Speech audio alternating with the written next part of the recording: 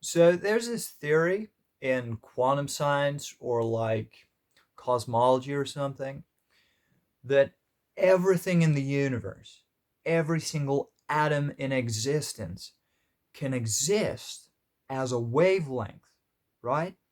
Which means that the whole universe can be expressed as a wavelength, right?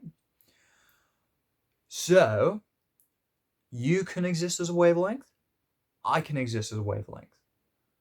So can Jennifer. So can Steve. And our wavelengths are subtly different to one another, right? So, my theory is that if you have a totally killer life, dude, if you're totally stoked all the time about everything, you've got a huge house, you've got cars, you've got babes coming out of your ears, you just got an amazing life, dude. You exist on a wavelength that is consistent with, or at least complementary to, the universe.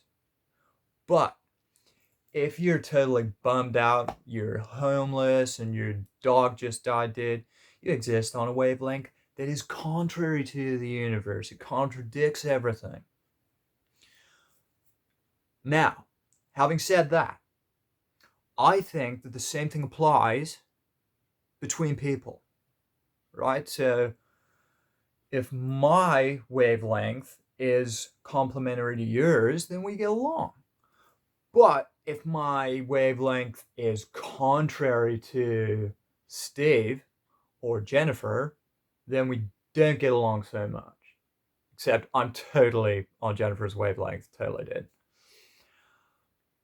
Now, I think that you're not locked into your wavelength, dude.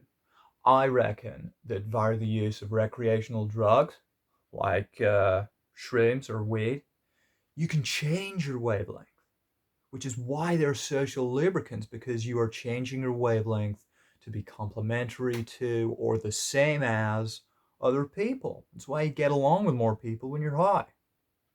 And that is why when you smoke weed, it's called getting wavy, right? I hope that's not too confusing or crazy, dude.